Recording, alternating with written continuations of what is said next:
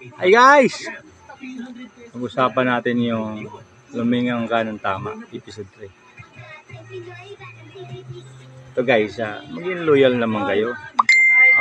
Kung hindi pa kayo sawa sa pagkabinata, huwag muna kayong mangingialam ng hindi nyo pa papakasalan kasi mahirap na.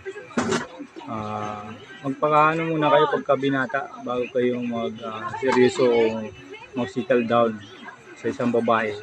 Kasi masakit po talaga yun guys kung habang may asawa ka tapos hindi ka pa pala kontento sa isa.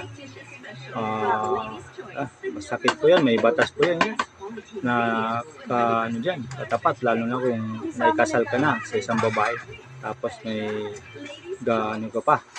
gagawing extra, hindi na po kaya, lalo na doon sa mga magulang. Siyempre yung anak nilang dalaga, inalagaan niyang katagal tapos malalaman nilang gano'n nangyayari, masakit po yun.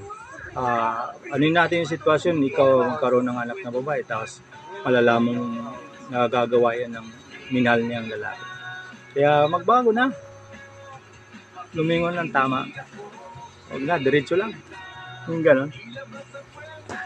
Thank you!